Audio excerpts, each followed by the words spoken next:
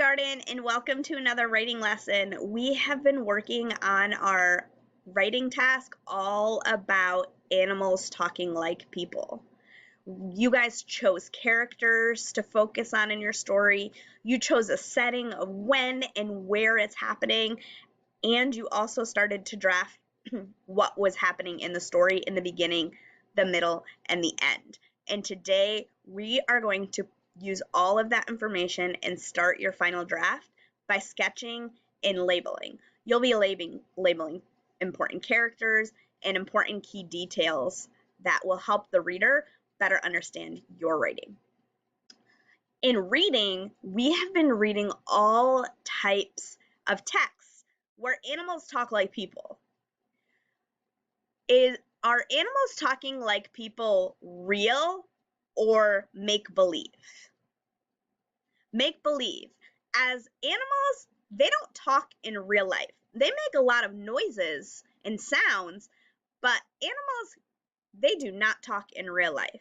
We call all those texts storybooks. So just like your writing task, you're writing a story, it would be considered a storybook. Your teacher's going to let you know what writing tools you will use today. You may have done your work on lined paper with a pencil and/or crayon, or did it directly in Seesaw. So your teacher might pause the video now or later to let you know what you will be using today for writing.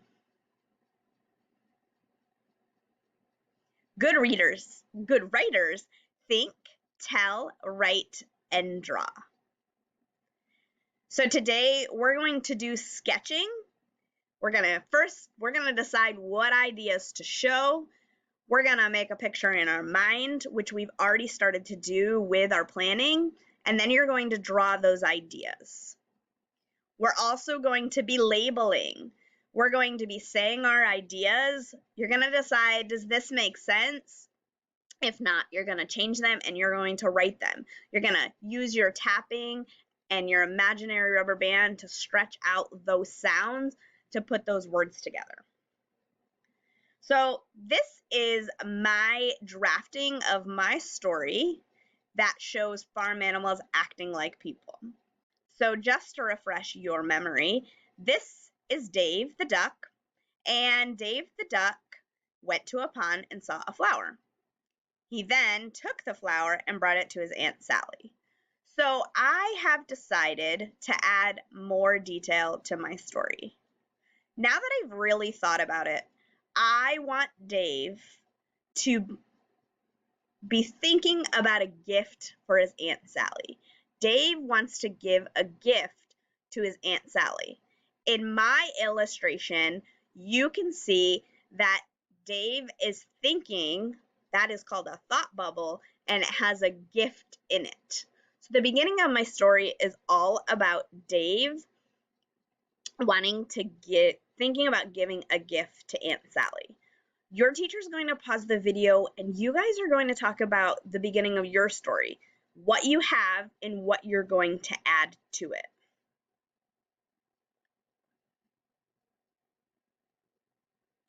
Now at the beginning of my story, a great thing for me to label is the gift. So I've stretched out the word gift, gift, and I wrote the sounds that I heard, and I put it right next to the gift to let my reader know what that picture is. Gift. Your teacher is going to pause the video, and you guys are going to label something that is important in the beginning of your story. Okay, so now that my readers have a better understanding of the beginning of my story, let's move to the middle of my story. We know Dave was at a pond, and I kept the same picture, but I added a little bit of color. So your teacher is going to pause the video, and you guys are going to add any detail that you need for the middle of your story, whether it's color or maybe you need to add something more to help your reader better understand what's happening in the middle. Remember, in the middle of my story, Dave comes to the pond and sees the flower, and he says to himself, the flower is a great gift.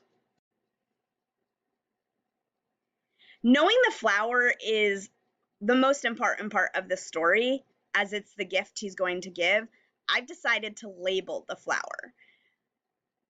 I got out my tappers and I tapped out the sounds. Oh, our flower. I could also use my imaginary rubber band. Flower. Your teacher's going to pause the video and you are going to label something important in the middle of your story. It could be one, two things. I'll go ahead and label. Now that I have the beginning and the middle with details and labels, let me go to my third section. The very last thing in my story is Dave giving the flower to Aunt Sally. I've added the detail of the heart to show Aunt Sally loved the flower and Dave holding the flower. Your teacher's going to pause the video and you guys are going to add or talk about something that you're going to add to the end of your story.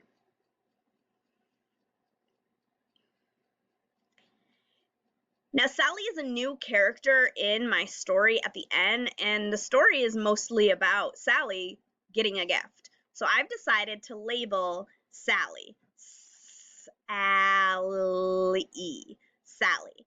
Your teacher's going to pause the video and talk or add that label at the end of your story.